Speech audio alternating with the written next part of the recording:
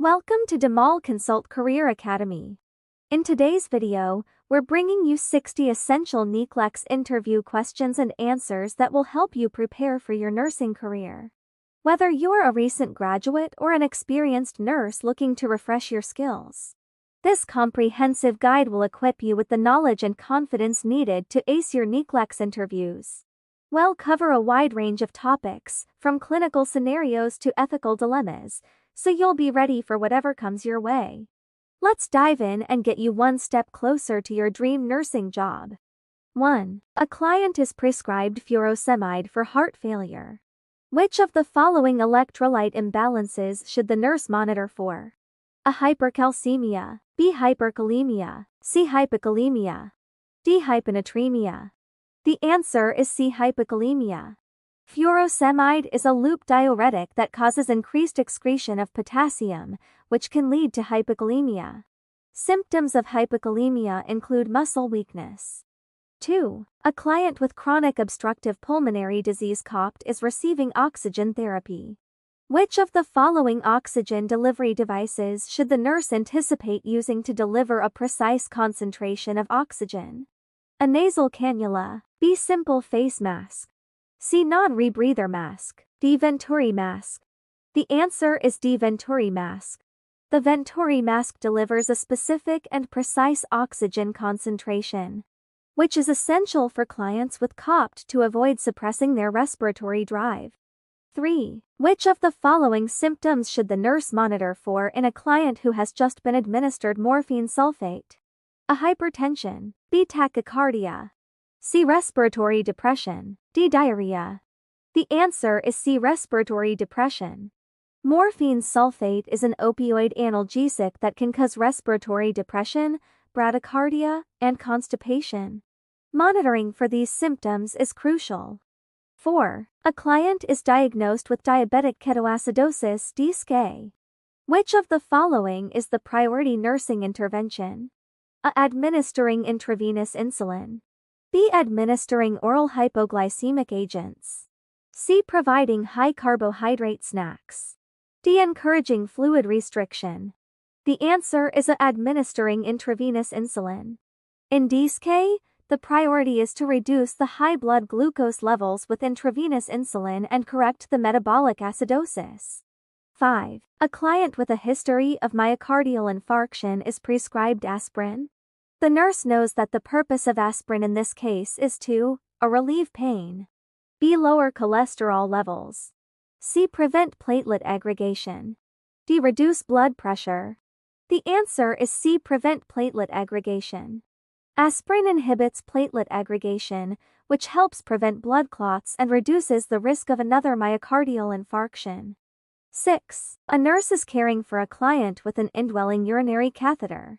Which of the following interventions is most important to prevent infection?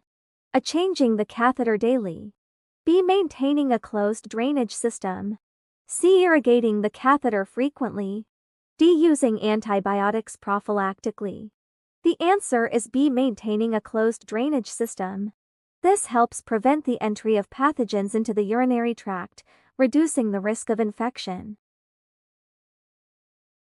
7. A client is experiencing a tonic-clonic seizure. What should be the nurse's immediate action?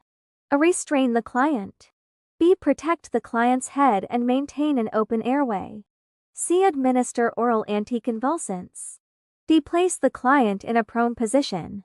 The answer is B. Protect the client's head and maintain an open airway. Safety and airway protection are the priorities during a seizure. 8. A client with schizophrenia is prescribed risperidone. Which of the following side effects should the nurse monitor for? A. Bradycardia, B. Extrapyramidal symptoms, C. Hyperglycemia, D. Hypotension. The answer is B. Extrapyramidal symptoms. Risperidone, an antipsychotic, can cause extrapyramidal symptoms, including tremors, rigidity, and tardive dyskinesia. 9. Which of the following dietary modifications should a nurse recommend to a client with hypertension? A. Increasing sodium intake, B. Increasing protein intake, C. Reducing sodium intake, D. Reducing calcium intake. The answer is C. Reducing sodium intake. A low-sodium diet helps manage blood pressure and reduce the risk of hypertension-related complications. 10. A client with a history of deep vein thrombosis (DVT) is on warfarin therapy. The nurse should monitor which of the following laboratory values: A. Blood glucose level, B. Hemoglobin level, C. International normalized ratio INR, D. White blood cell count. The answer is C. International normalized ratio INR. INR is monitored to ensure that the client's blood is clotting properly while on warfarin. 11. A client with asthma is prescribed a short-acting beta agonist SABA. The nurse knows that SABAs are used primarily for A. Long-term asthma control, B. Acute asthma attacks, C. Reducing inflammation, D. Preventing infections. The answer is B. Acute asthma attacks. SABAs provide quick relief from acute asthma symptoms by relaxing bronchial smooth muscle. 12. A nurse is teaching a client about the proper use of an incentive spirometer. Which of the following statements indicates the client understands the teaching? A. I should exhale quickly into the mouthpiece. B. I should inhale slowly and deeply through the mouthpiece. C. I should use the device only when I feel short of breath. D. I should use the device immediately after eating. The answer is B. I should inhale slowly and deeply through the mouthpiece. This helps maximize lung expansion and prevents atelectasis. 13. A nurse is caring for a client with a new colostomy. Which of the following statements should be included in the discharge teaching?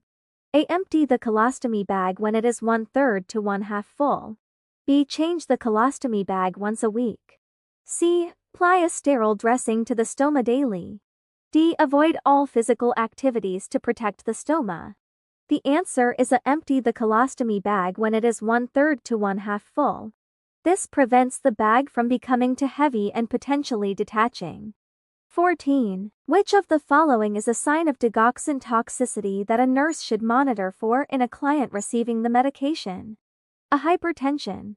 B. Visual disturbances, such as seeing halos.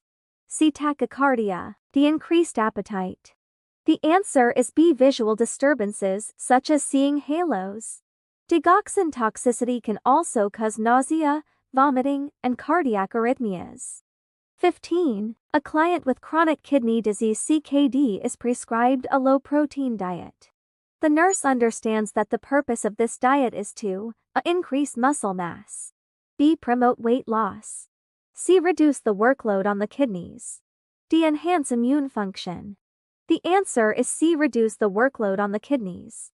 A low-protein diet helps decrease the accumulation of waste products in the blood. 16. A nurse is providing postoperative care for a client who has undergone a total hip replacement. Which of the following actions should the nurse take to prevent dislocation of the prosthesis? A. Keep the client in a high Fowler's position. B. Keep the client's legs abducted using a wedge pillow. C. Elevate the client's legs above heart level. D. Place the client in a prone position. The answer is B. Keep the client's legs abducted using a wedge pillow. This positioning prevents the new hip joint from dislocating. 17. A client with a history of severe allergic reactions carries an epinephrine auto-injector. Which of the following instructions should the nurse provide about its use? A. Inject the epinephrine into the outer thigh and hold for 10 seconds. B. Inject the epinephrine into the abdomen and hold for 5 seconds. C. Inject the epinephrine into the upper arm and hold for 10 seconds. D. Inject the epinephrine into the buttocks and hold for 5 seconds. The answer is A. Inject the epinephrine into the outer thigh and hold for 10 seconds. This ensures proper administration and absorption of the medication. 18. A nurse is assessing a client with fluid volume excess. Which of the following findings should the nurse expect? A. Dry mucous membranes. B. Jugular vein distension. C. Hypotension. D. Decreased urine output. The answer is B. Jugular vein distension. Other signs of fluid volume excess include edema, crackles in the lungs, and hypertension. 19. A client with Parkinson's disease is prescribed levodopa carbidopa. The nurse knows that the purpose of this medication is to A. Increase acetylcholine levels in the brain. B. Increase dopamine levels in the brain. C. Decrease serotonin levels in the brain. D. Decrease norepinephrine levels in the brain. The answer is B. Increase dopamine levels in the brain. Levodopa is converted to dopamine in the brain, which helps improve motor function in clients with Parkinson's disease. 20. A nurse is teaching a client with newly diagnosed type 1 diabetes mellitus about insulin administration. Which of the following statements indicates the client understands the teaching? A. I should inject insulin into my muscles for faster absorption. B. I should rotate injection sites to prevent lipodystrophy. C. I should only inject insulin in the same spot each time. D. I should inject insulin after eating my meals. The answer is B. I should rotate injection sites to prevent lipodystrophy. Rotating sites helps avoid tissue damage and ensures better absorption of insulin. 21. A client is receiving chemotherapy and reports nausea. Which of the following is the most appropriate intervention? A. Administering antiemetics as prescribed. B. Encouraging high-fat foods. C. Providing large meals. D. Increasing fluid intake. The answer is A. Administering antiemetics as prescribed. Antiemetics help manage chemotherapy-induced nausea, improving the client's comfort and nutritional intake. 22. A client with type 2 diabetes is prescribed metformin. Which of the following statements by the client indicates a need for further teaching? A. I should take this medication with meals. B. This medication will help my pancreas produce more insulin. C. Need to monitor my blood sugar regularly. D. I should avoid alcohol while taking this medication. The answer is B. This medication will help my pancreas produce more insulin. Metformin decreases glucose production in the liver and improves insulin sensitivity, but it does not stimulate insulin production. 23. A nurse is caring for a client who is postoperative following a thyroidectomy. Which of the following is the priority assessment? A. Monitoring calcium levels. B. Assessing for hoarseness. C. Monitoring blood pressure. D. Checking for signs of hypoglycemia. The answer is A. Monitoring calcium levels. Post-thyroidectomy clients are at risk for hypocalcemia due to possible damage or removal of the parathyroid glands. 24. Which of the following findings should the nurse expect in a client with Cushing's syndrome? A. Hypoglycemia. B. Hypotension. C. Hyperkalemia. D. Hyperglycemia. The answer is D. Hyperglycemia. Cushing's syndrome involves increased cortisol levels, which can lead to elevated blood glucose levels. 25. A client is diagnosed with iron deficiency anemia. Which of the following dietary instructions should the nurse provide? A. Increase intake of citrus fruits. B. Avoid red meat. C. Increase intake of leafy green vegetables. D. Avoid dairy products. The answer is C. Increase intake of leafy green vegetables. Leafy greens are high in iron and can help improve iron levels in individuals with iron deficiency anemia. 26. A nurse is caring for a client with a new diagnosis of deep vein thrombosis (DVT). Which of the following interventions should the nurse implement? A. Encourage ambulation. B. Apply warm compresses. C. Elevate the affected leg. D. Massage the affected area. The answer is C. Elevate the affected leg. Elevation reduces swelling and helps improve blood flow back to the heart, reducing the risk of clot progression. 27. A client is admitted with acute pancreatitis. Which of the following laboratory findings is most indicative of this condition? A. Elevated bilirubin levels. B. Elevated serum amylase and liposi levels. C. Decreased hemoglobin levels. D. Decreased albumin levels. The answer is B. Elevated serum amylase and liposi levels. These enzymes are elevated in acute pancreatitis due to inflammation of the pancreas. 28. A nurse is caring for a client with peripheral arterial disease (PAD). Which of the following symptoms should the nurse expect? A. Warm, reddened skin. B. Peripheral edema. C. Intermittent claudication. D. Increased hair growth on legs. The answer is C. Intermittent claudication. This is pain caused by reduced blood flow to the muscles, commonly experienced in PAD.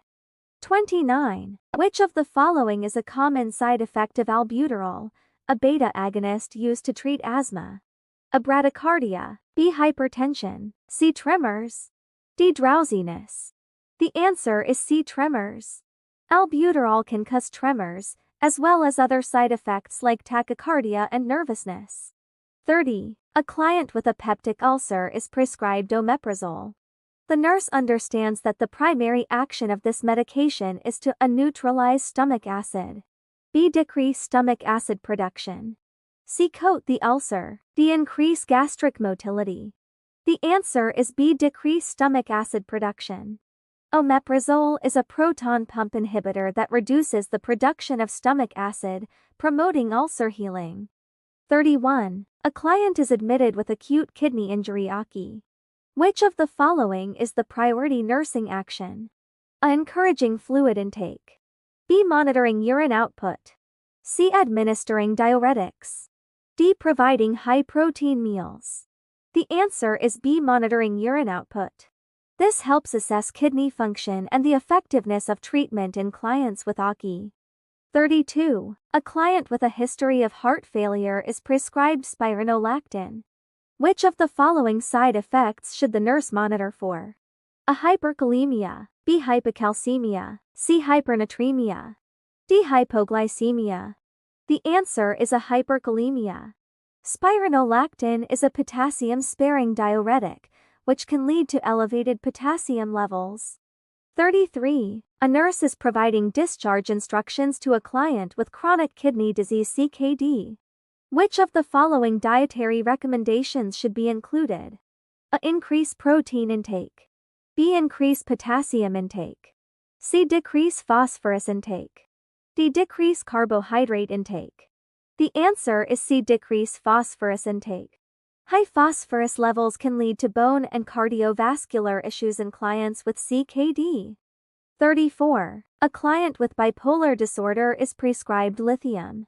Which of the following instructions should the nurse provide? A. Decrease fluid intake. B. Avoid foods high in sodium.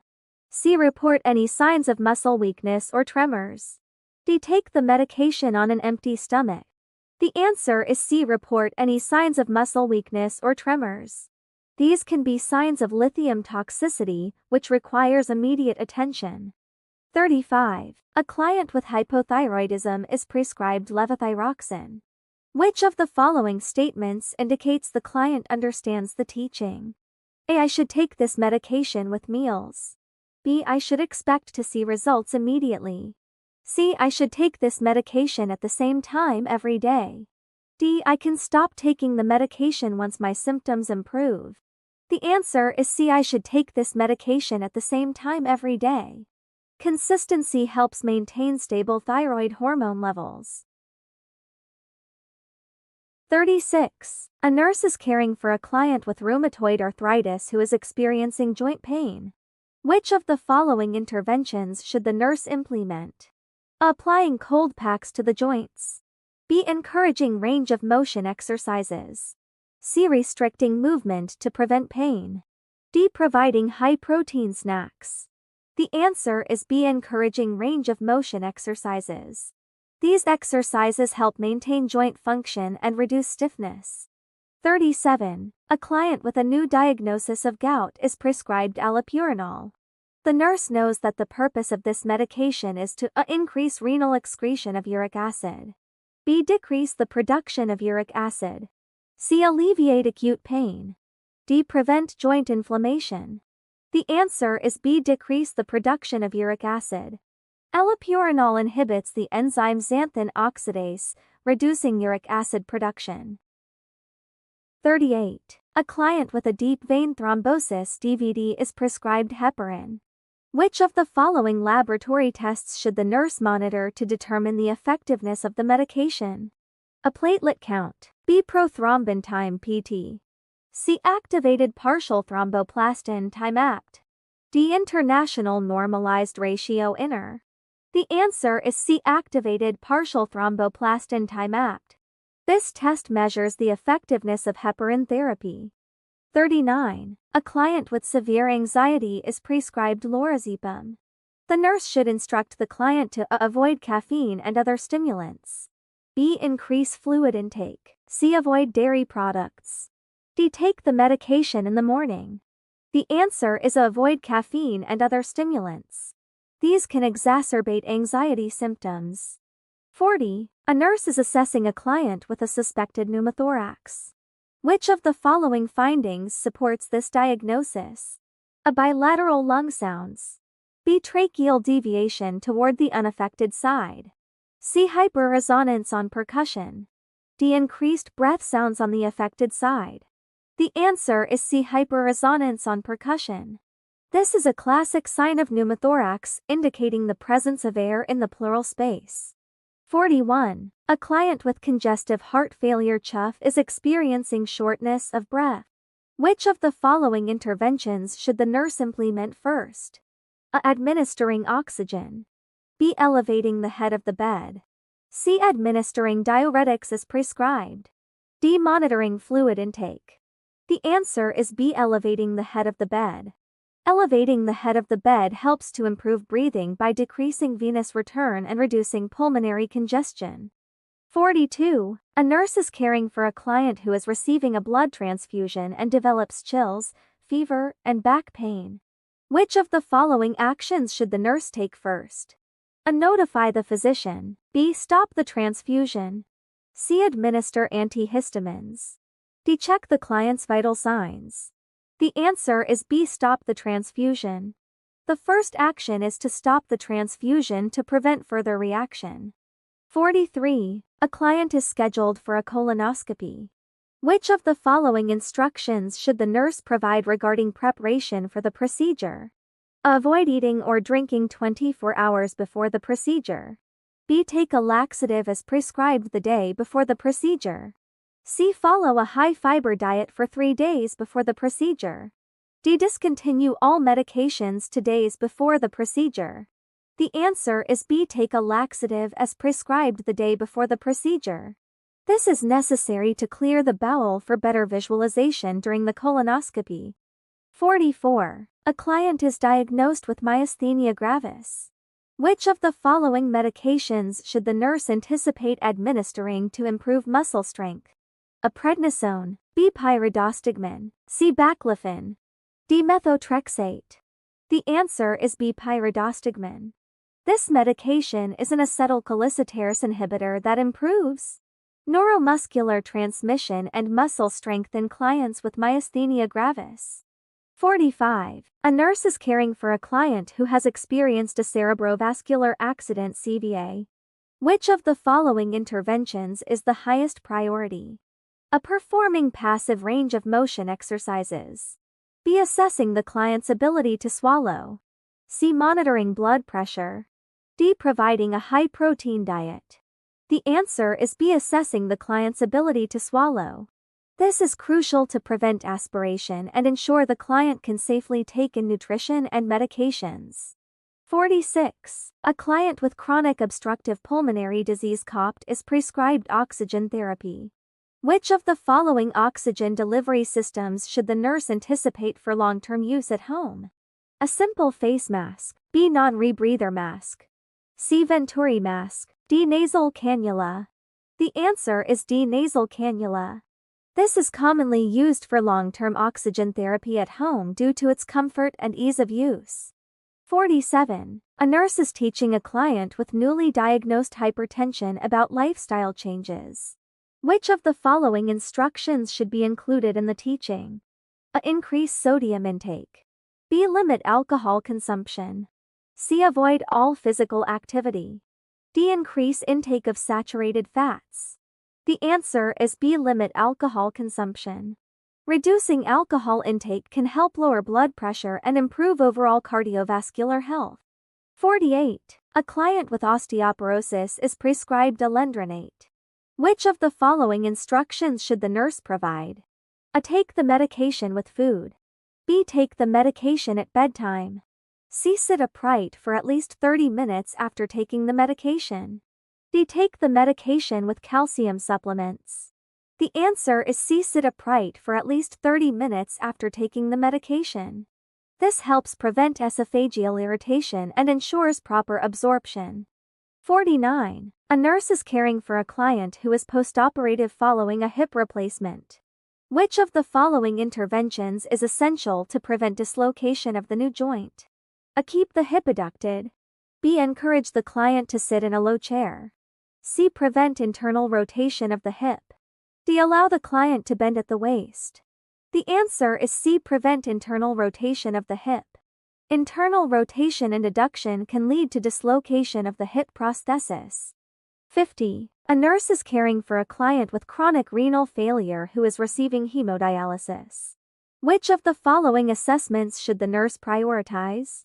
A. Monitoring urine output. B. Checking for bruit and thrill over the fistula. C. Measuring daily weight. D. Assessing for signs of dehydration. The answer is B. Checking for bruit and thrill over the fistula.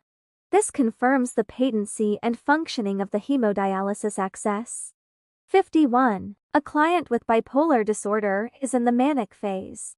Which of the following interventions should the nurse prioritize?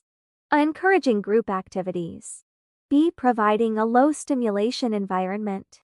C. Allowing the client to skip meals. D. Limiting fluid intake. The answer is B. Providing a low stimulation environment.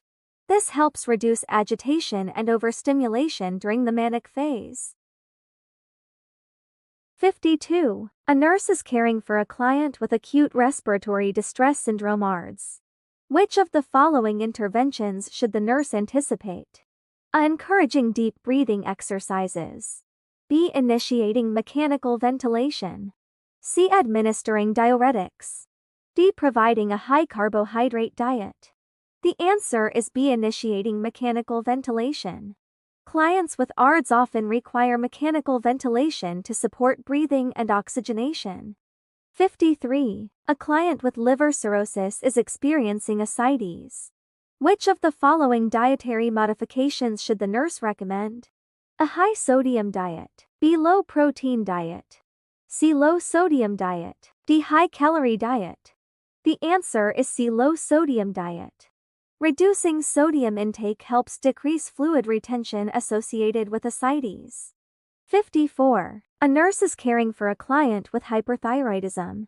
Which of the following clinical manifestations should the nurse expect?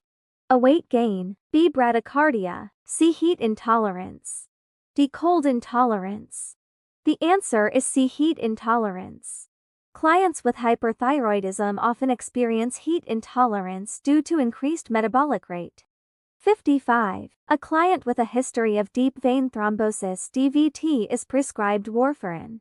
Which of the following laboratory tests should the nurse monitor to evaluate the effectiveness of the medication? A. Platelet count. B. Activated partial thromboplastin time (APT). C. Prothrombin time (PT) and international normalized ratio (INR). D. Fibrinogen levels.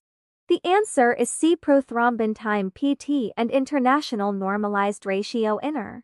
These tests are used to monitor the therapeutic effects of warfarin. 56. A nurse is teaching a client with gastroesophageal reflux disease (GERD) about lifestyle modifications.